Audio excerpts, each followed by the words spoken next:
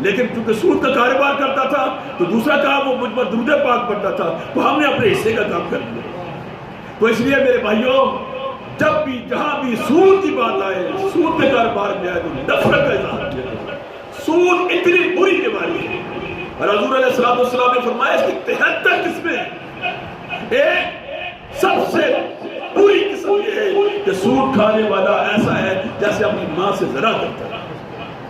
اس لیے سودی کاروبار کو، سودی لین دین کو نفرت کی نگاہ سے دیکھا جائے، دل کی نفرت کی نگاہ سے دیکھا جائے، اور اس کی کنڈم، اس کی مذمت کی جائے۔ کبھی بھی کوئی شخص سود کا لین دین نہ کرے۔ الحمدللہ میں نے آپ کے سامنے حضور علیہ السلام کی حدیث پاک تلاوت کی ہے۔ میرے آقا صلی اللہ علیہ وسلم نے فرمایا، المسلم من سلم المسلمون من لسانه ویده۔ حضور علیہ السلام نے مسلمان کی ڈیفینیشن بتا دی ہے کہ مسلمان کس کو کہتے ہیں، اور اس حدیث پاک کو سن کر برائے کرم ہر بندہ اپنی اصلاح کرے، ہر انسان اپنی اصلاح کرے۔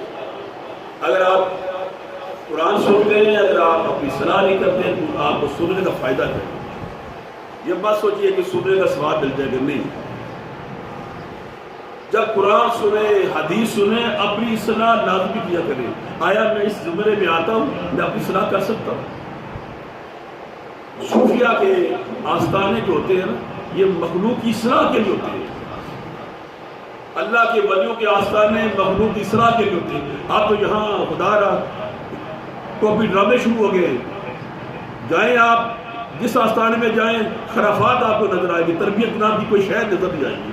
تو صوفیہ پرانے زمانے میں آج سے 250 سال پہلے جتنے بھی صوفیہ ہیں جنہوں نے اپنے مراکز بنائے، آستانے بنائے، وہاں مخلوق کی تربیت ہوا کرتا تھا، تزکیہ نفس ہوا کرتا تھا، اندر کی دنیا کو آباد کیا جاتا تھا ذکر الہی کے ذریعے، حضور کی محبت کے ذریعے، اللہ کی محبت کے ذریعے من کی طہارت کی جاتی تھی، من کو صاف کیا جاتا تھا۔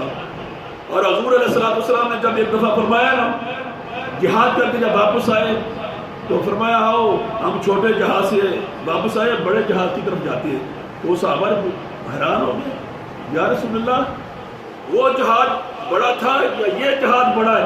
ادھر ہم نے تلواریں چلائی، نیزے چلائی، ہمارے بندے شہید ہوئے، ہمارے جانور مارے گئے، وہ اتنا کچھ ہم نے کیا، اس سے بڑا جہاد کیا ہے؟ فرمایا ہاں وہ چھوٹا جہاد تھا، دوسرا جہاد یہ نفس کے ساتھ جہاد ہے، اندر شیطان بیٹھا ہے، اس کے خلاف جہاد کرنا، یہ جہاد اکبر ہے۔ وہ جہاد اصغر تھا، وہ باہر کا کافر تھا، باہر کے کافر کے ساتھ ہم نے جہاد کیا ہے، اور ہم اپنے اندر کے کافر کے ساتھ جہاد کریں، باہر کے شیطان کے ساتھ ہم نے جہاد کیا ہے، اور ہم اندر کے شیطان کے ساتھ جہاد کریں۔ یہ جو ہمارے اندر جو بیٹھا ہوا ہے اس کو ہم نے مارنا ہے۔ وہ صوفیہ کے آستانوں میں اس کو مارنے کے لیے جدوجہد کی جاتی تھی، اور مخلوق کو بلایا اسی لیے جاتا تھا کہ ان کی تربیت کی جاتی تھی۔ تو فرمایا مسلمان وہ ہے، المسلم من سلم المسلمون من لسانه ویده، مسلمان وہ ہے کہ جس کی زبان سے اور جس کے ہاتھ سے دوسرے مسلمان محفوظ رہے۔ اب ہم نے اپنی تربیت کرنی ہے، اپنی اصلاح کرنی ہے کہ ہاتھ سے دوسرے مسلمان کیسے محفوظ رہ سکتے ہیں، زبان سے کیسے دوسرے مسلمان محفوظ رہ سکتے ہیں۔ ہم نے اپنا جائزہ لینا ہے، صبح سے لے کر شام تک اپنا جائزہ لینا ہے، اپنا احتساب کرنا ہے، اکاؤنٹیبلٹی اپنی ذات سے شروع کرنی ہے کہ صبح سے لے کر شام تک ہم نے ان ہاتھوں سے کتنے لوگوں کو نقصان پہنچایا ہے، اس زبان سے کتنے لوگوں کو ہم نے اذیتیں دی ہے۔ بس آج آپ نے یہ کرنا ہے۔ اگر یہ دو کام کرنا ہے تو ہماری بہت ساری تربیت ہو جاتی ہے۔ یہ ہاتھ سے کیا مراد ہے؟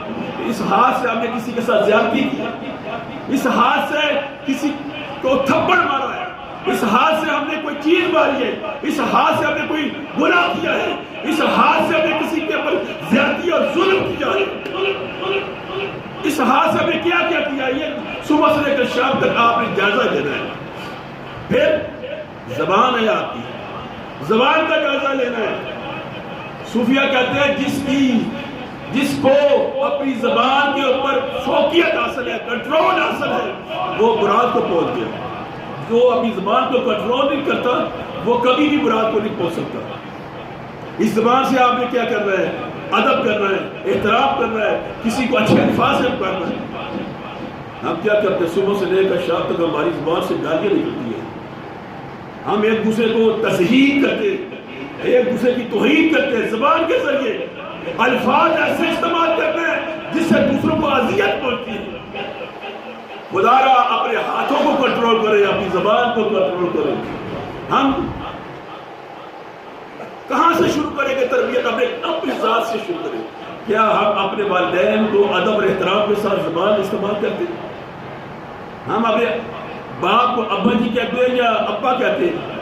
ابا کہنے میں اور ہوتا ہے، ابا جی کہنے میں اور ہوتا ہے، فرق ہے۔ اماں جی کہنے میں فرق ہے، ماں کہنے سے فرق ہے۔ اس زبان کے ذریعے آپ نے لوگوں کو دلوں کو جیتنا ہے۔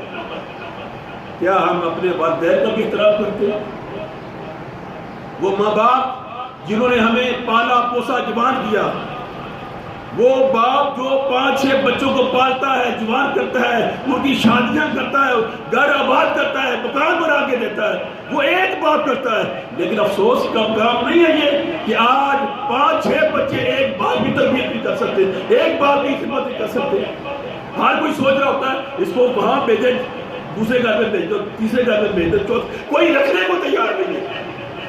باپ بوڑھا ہو جائے، ماں بوڑھی ہو جائے، ان کو دوائیوں کی ضرورت ہے، اس کو دیکھنا بھی ہم نے نہیں۔ دوستو، یہ ہمارے مذہب کے اندر، ہمارے اسلام کے اندر سب سے پرائرٹی ہمارے ماں باپ ہے۔